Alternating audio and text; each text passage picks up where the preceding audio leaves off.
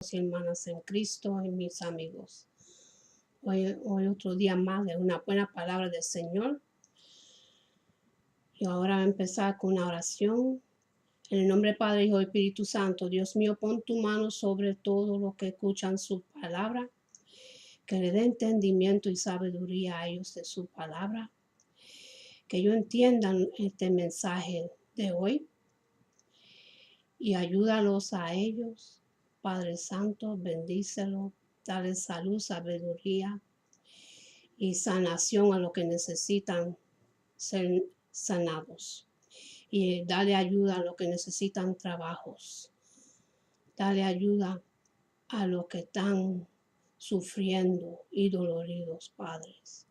Y sánalos a ellos. Levántalo, Padre.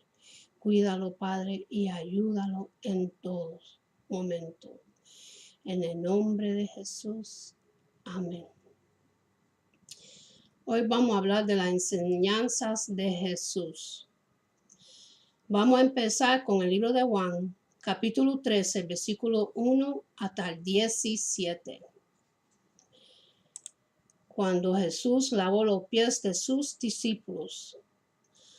Antes de la fiesta de la Pascua, sabiendo Jesús que su hora había llegado, para que pase de este mundo al Padre, como había amado a los suyos que estaban en el mundo, los amó hasta el fin. Y cuando cenaban, como el diablo ya había puesto en el corazón de Judas Iscariote, hijo de Simón, que le engañase, sabiendo Jesús que el Padre le había dado todas las cosas en las manos, y que había salido de Dios, y a Dios iba. Se levantó de la cena y se quitó su manto, y tomando una toalla, se la ciñó. Luego puso agua en un brillo y comenzó a lavar los pies de los discípulos y a enjuagarlos con la toalla con que estaba ceñido. Entonces vino a Simón Pedro, y Pedro le dijo: Señor, ¿tú me lavas los pies? Respondió Jesús y le dijo: lo que yo hago, tú no lo comprendes ahora, mas lo que entenderás después. Pedro le dijo: no me lavarás los pies jamás. Jesús le respondió: si no te lavé, no tendrás parte conmigo. Le dijo Simón Pedro: Señor, no solo mis pies, sino también las manos y la cabeza. Jesús le dijo: el que está lavado no necesita sino lavarse los pies, pues está todo limpio, y vosotros limpios estáis, aún no todos. Porque sabía quién le iba a entregar. Por eso dijo: no estás limpios todos. Así que después que les hubo lavado los pies, tomó su manto y volvió a la mesa y les dijo: ¿sabes lo que os ha hecho? Vosotros me llamarás maestro y señor, y decís bien, porque lo soy. Pues si yo, el Señor y el Maestro, he lavado vuestros pies, vosotros también deberéis lavar los pies de los uno a los otros. ¿Por qué ejemplo os le ha dado? Para que como yo os he hecho, vosotros también hagáis. De cierto os digo, el siervo no es mayor que su Señor, ni el enviado es mayor que él lo envió. Si sabes estas cosas, buenaventurados seréis si las haceres.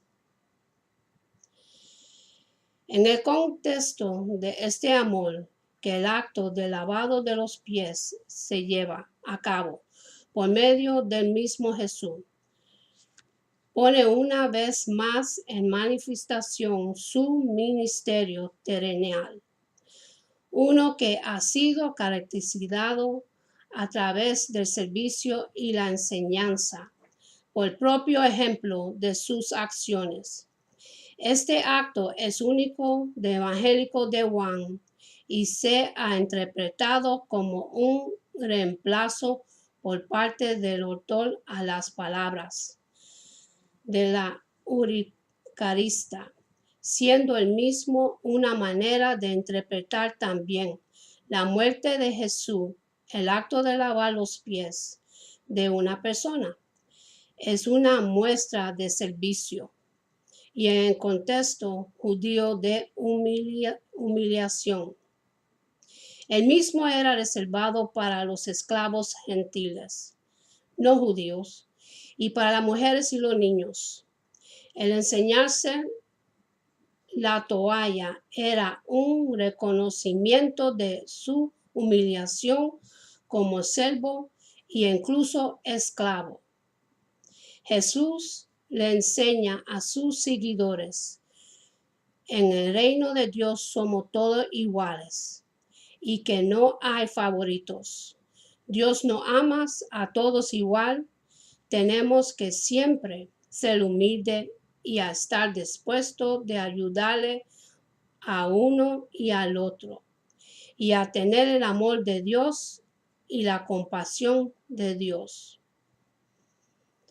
En el libro de Juan, capítulo 13, versículo 35, dice así: en esto conocerán todos que sois mis discípulos, si tuvieres amor los unos con los otros.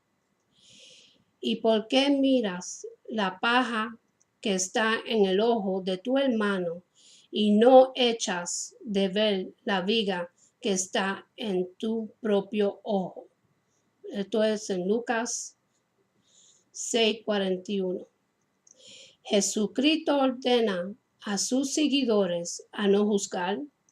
No tenemos por qué ver los errores o debilidades de un hermano en Cristo, sino orar para que sea Dios quien haga su voluntad. En Marcos 23:28 dice así: así también vosotros por fuera parecéis justo a los hombres, pero por dentro estás lleno de hipocresía y iniquidad. Este pasaje bíblico viene directamente de la boca del Señor y describe a los que solo son cristianos dentro de una iglesia.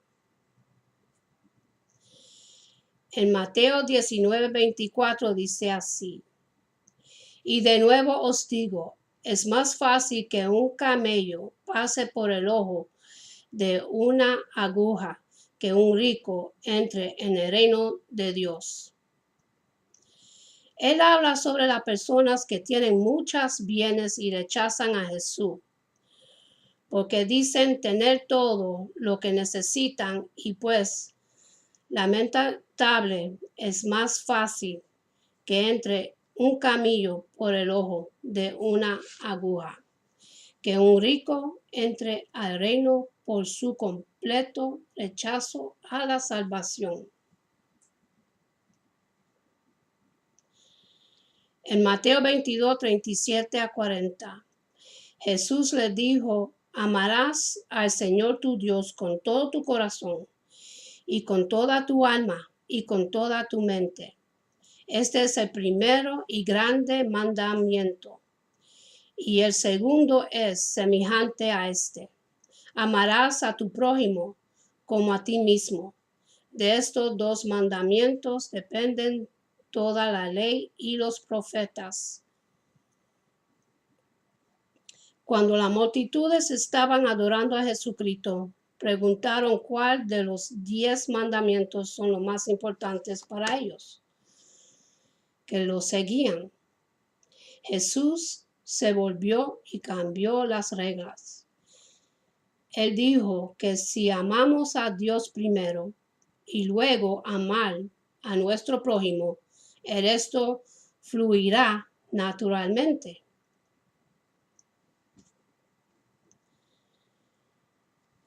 En Mateo 5:9 dice así: Buenaventurados los pacificadores, porque ellos serán llamados hijos de Dios. Jesucristo predicó la paz, el amor y la bondad de sus seguidores. Que la paz, amor y la bondad siempre rebose en nuestros corazones. Recogerá Jesús todas las ciudades y aldeas enseñando en las sinagogas de ellos y predicando el evangelio del reino y sanando toda enfermedad y toda dolencia en el pueblo. Mateo 9:35. Jesucristo corrió la tierra santa, dando atención gratuita, sanando a todas las personas que lo necesitaban. No podemos caer en la avaricia de perder dinero para orar por la santidad de alguien. En Mateo 12:7 dice así: y si supes qué significa misericordia quiero y no sacrificio, no condenarás a los inocentes. Jesucristo siempre predicó la misericordia para las mujeres, los niños, los pecadores, los delincuentes, los pobres e incluso sus propios enemigos. La misericordia debe ser la virtud que todos debemos tener.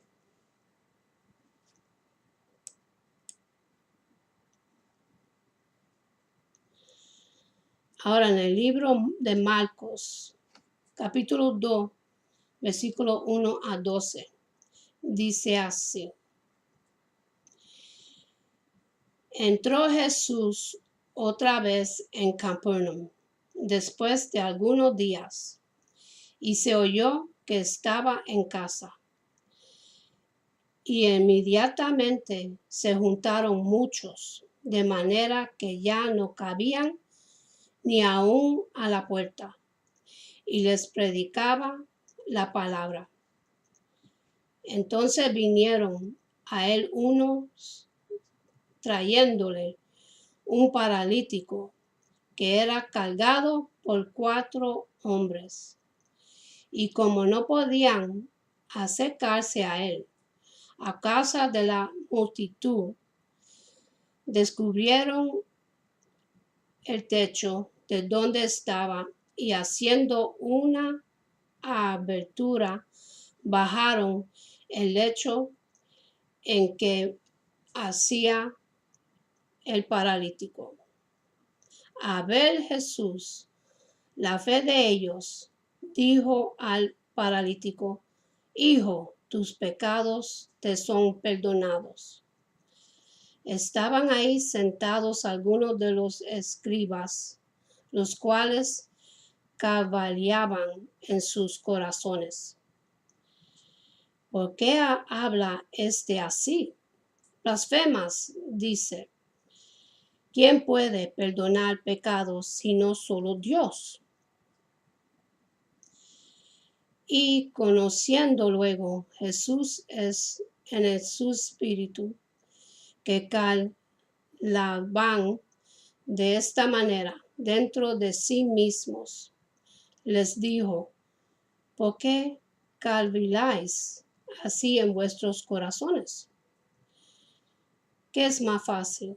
Decirle al paralítico: tus pecados te son perdonados, o decirle: levántate, toma tu lecho y anda. Pues, para que sepas que el Hijo del Hombre tiene potestad en la tierra para perdonar pecados, dijo al paralítico: a ti te digo, levántate, toma tu lecho y vete a tu casa. Entonces él se levantó enseguida y tomó su lecho. Salió delante de todos de manera que todos se asombraron y glorificaron a Dios, diciendo: nunca hemos visto tal cosa.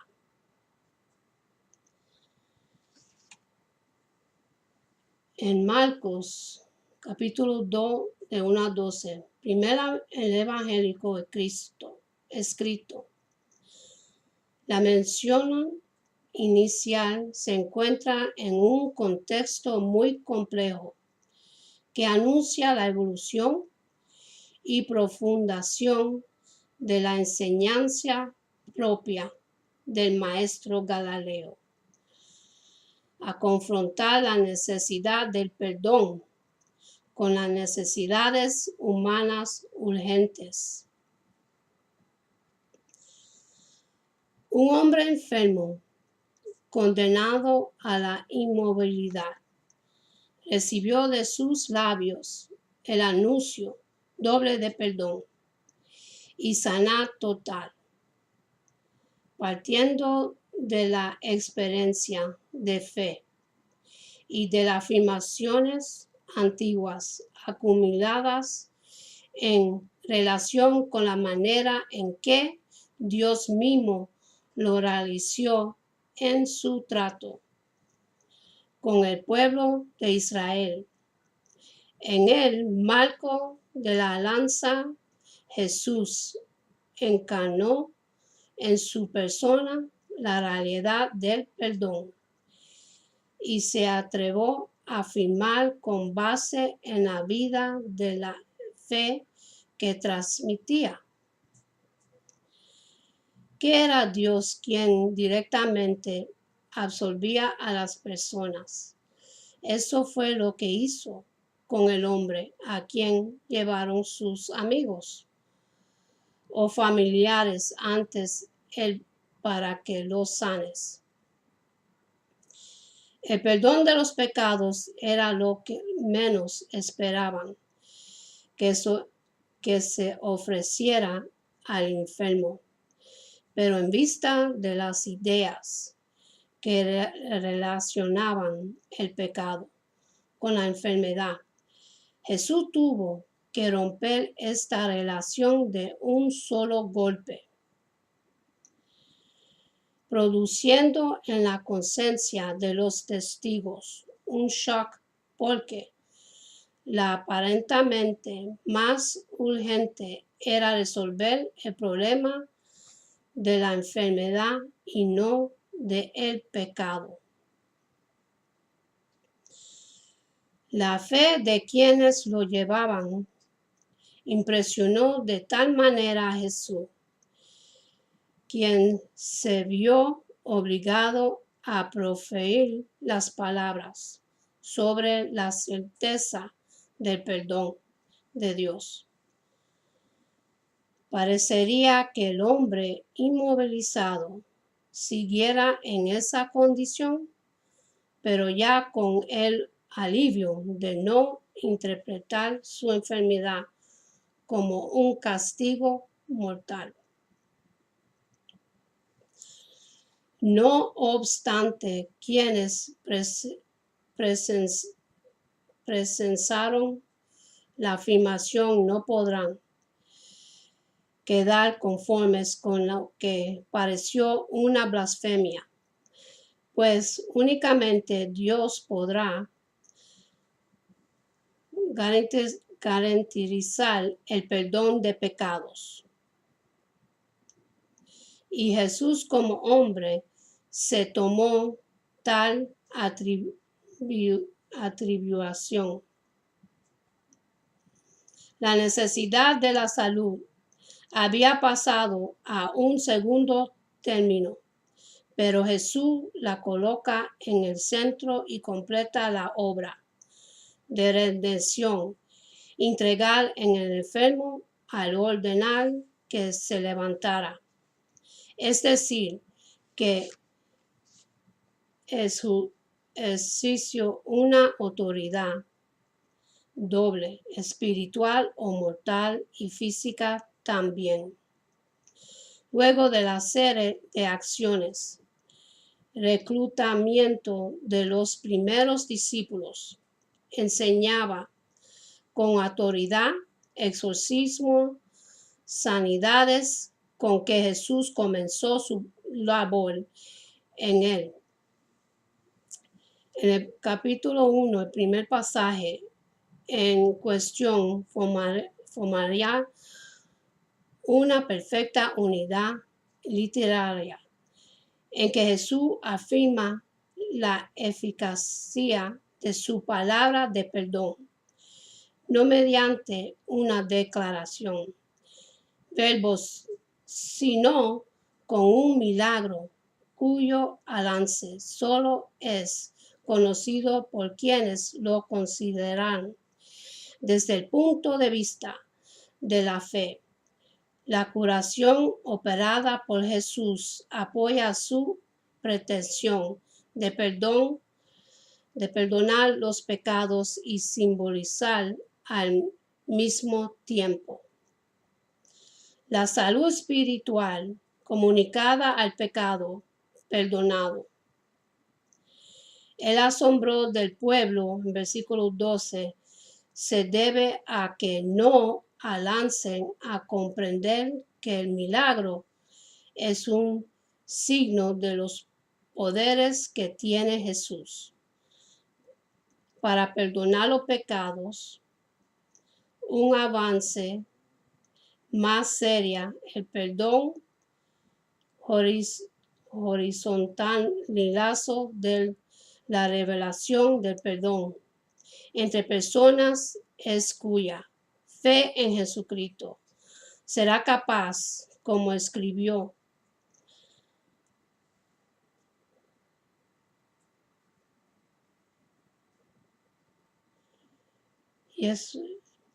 y cuando estén orando, se tienen algo contra alguien, perdonárselo, para que también el Padre que está en los cielos les perdone el mal que ustedes hacen. Pero si ustedes no perdonan, tampoco el Padre les perdonará el mal que ustedes hacen. La otra mención de perdón se refiere a la blasfemia contra el Espíritu Santo. El resumen de Alan Patos-Embosa, las grandes líneas de la obra y enseñanzas de Jesús sobre el perdón. Perdonar es romper el encadenamiento de causas un mal. Llama a una venganza, esa venganza desencadenará a su vez una reacción y así sucesivamente. El perdón introduce la novedad en ese encadenamiento. El perdón saca su energía no del odio que provoca del mal sufriendo, que sería lo ordinario,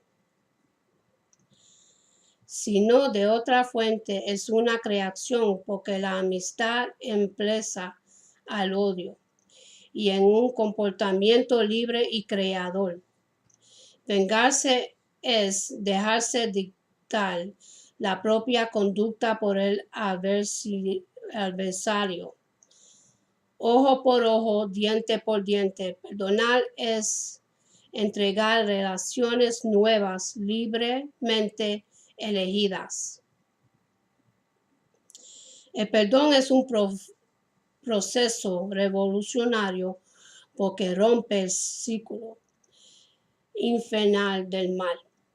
Inventa el solo un mundo en el que nadie está definitivamente clasificado, perdido, ni encerrado en su odio, su pecado o su desesperación. El perdón no consiste en dejar cobardemente que el agresor continúe siendo su dominación, ni en predicar el expósito la sumisión. El perdón libera para poder buscar las verdaderas causas que hacen de un opresor un verdugo hace lucida a la persona para que pueda luchar los verdaderos combates, mientras que el odio, el desprecio, el resentimiento ciegan el perdón, infecta en nuestras luchas. La única energía que puede construir un mundo verdaderamente nuevo, el amor y no el odio.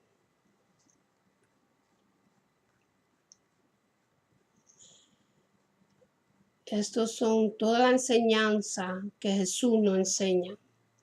A perdonar uno al otro, amarnos, ayudarnos al prójimo, a levantar el caído, a orar por nuestros hermanos que tienen problemas, estar junto con ellos y apoyarlos. Y si hay una necesidad, ayudarlo con su necesidad y estar ahí para ellos. Y a los que han perdido queridos, que uno esté ahí con ellos, ayudándole y apoyándolo. A los enfermos, que uno esté ahí apoyándolo y orando por ellos y ayudándolo como Dios manda. Porque Dios vino para enseñarnos a manos uno al otro a perdonar, a ayudar, estar ahí ayudándonos y para ser unidos y para no tener enojo, porque el enojo no resuelve nada. Y no importa lo que te han hecho, uno tiene que perdonar.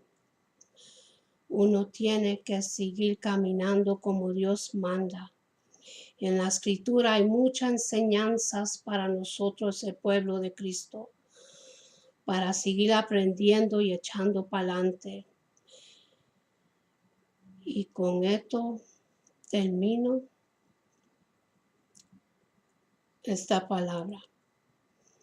Ahora le voy a orar para todos, que tengan una buena noche y que Dios los bendiga, los favorezca y que Dios les dé buenos sueños y que Dios los ayude a resolver sus problemas, que Dios los sane, que Dios los levante y que Dios les dé trabajos a los que necesitan trabajar y que Dios ayude a los niños y los padres que sean unidos y que todos sientan y sepan lo que el amor del Padre tiene para nosotros, que mandó su Hijo unigénito para salvarnos a nosotros y darnos una buena relación con el Padre. En el nombre de Jesús, amén.